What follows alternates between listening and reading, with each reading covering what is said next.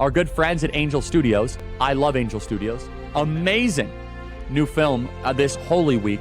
Phenomenal. In fact, as I think about Charlie's life and how much of a support he was of Angel, it's hard not to feel so grateful for what he did. He supported us in our darkest days and in our brightest hours as a company.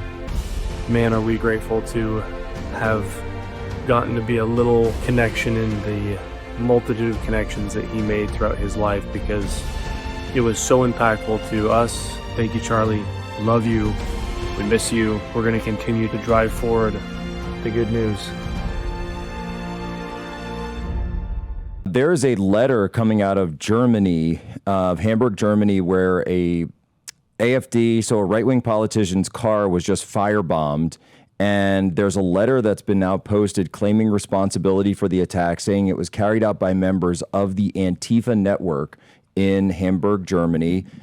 Folks remember at the White House recently, I was telling the President of the United States to his face that Antifa was formed in Germany. This has been their base of operations. It's a foreign terrorist organization. And there's a full long letter explaining how they conducted this attack. It was engulfed by flames. I don't believe anyone was hurt, but it was a firebombing. But listen to this line, because they made a specific direct reference to Charlie in this line released by Antifa. All you MAGA freaks will follow Kirk into hell. And that's now being put out directly by Antifa, directly by their German arm, after conducting a targeted assassination attempt, a firebombing on a car. And no injuries, didn't work. I think they got the car, but no one was in it when it went off. So I'm not sure what happened there. So this is the thing. May have gone off early. This is what bothers me. There was that Aaron Burnett clip that went around, and I do want to keep getting into some of the actual specifics of the case with you and get your officer brain on them, Tatum here. But this is what bothers me. There was an Aaron Burnett clip that went around saying like, oh, well, we all know that political violence comes from the right because there was this SPLC study that didn't include all the Tesla firebombings or anything like that. And it was run by an Antifa guy that had connections to Antifa. The point is, she also referenced the fact that they don't have a hierarchy like the Proud Boys or whatever, right? So what they have to understand is that this is an ideology that is intentionally, it's a network that's an intentionally decentralized a movement without a hierarchy that you would see at a corporate boardroom or something, right? Because the ideology is so pervasive and so powerful when you fully buy into it. You don't need to be manually pushing the buttons internationally to make people do this crazy stuff. What they do is they spread information. They have literature. In Seattle and Portland, they even have bookstores. In Chicago, New York, the same, where they have bookstores where they spread this anti-fascist literature and their pamphlets and their books. Oh, wow. There's Dr. Antifa out of Rutgers as part of this network. We're gonna get this video up. I mean, this car and a few cars next to it are just burned to a crisp. The whole engine block is gone. If people had been in these cars, they'd all be dead. Right. This is real. It's very interesting that somehow we miss this in America in the conversation that's being had on social media. I don't know why we're kind of passively allowing Antifa and these knuckleheads to kind of get away with what they have been doing and the threats that they've made. These people are nutty. And this is one of the reasons why I'm quite convinced that the gentleman I wouldn't call him a gentleman. I really can't stand him. But the person that killed Charlie, the reason why I'm very convinced that he is the one that did it, because that ideology is consistent with violence. They tried to kill other politicians. Obviously, he assassinated Charlie. They wish that they can do it to more people. This is their ideology. This is what they represent. This is the hatred that's in their hearts for people like us who are just exposing truth and standing up for American values. And their whole intent is to eliminate us. They did actually pull that footage of the car bombing. Do we have it? And I believe we have it's 1:14. And I'd love to get Brandon on this to be able to see to kind of walk us through. Look at that.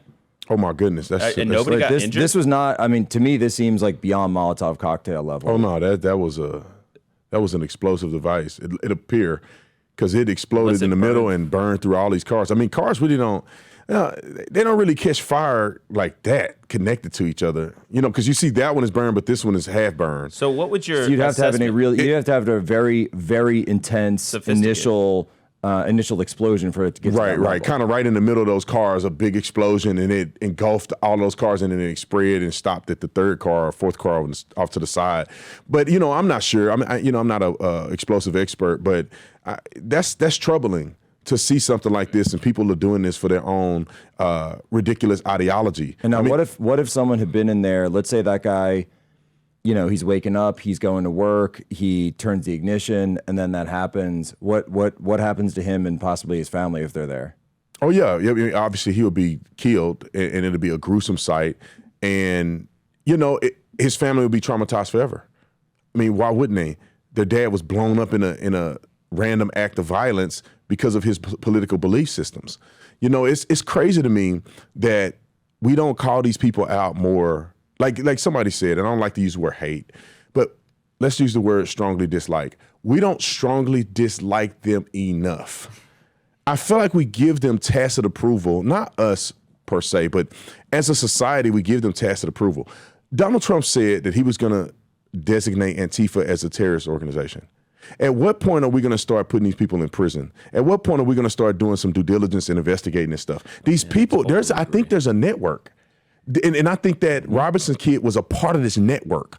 And I can't prove that, but it appears that this is not a one-off. That's why they're in these threads and they're talking amongst themselves and confessing the stuff, because I think they're all like working together in like sales. Group chat by group chat by group chat. That's how this thing spreads. And by the way, even if Tyler Robinson was not, formally or didn't consider himself part of Antifa, the ideologies that drive Antifa, that motivate them, were clearly present in his life. Just look at the bullet case. Or is it possible, and now this might be, now we're getting into a more of a lawyer question, but some of the stuff that we're seeing that's come out, and more text messages and information that have been, Turkey Tom put out a bunch on his YouTube. He had a leaker come forward. Is it possible that the real radical here was Twigs, was the boyfriend, and then convinces Tyler to conduct this act, and he goes out and does this for him, and they've got drug use, they've got alcohol use, obviously the sexual behavior, all the rest of it coming in.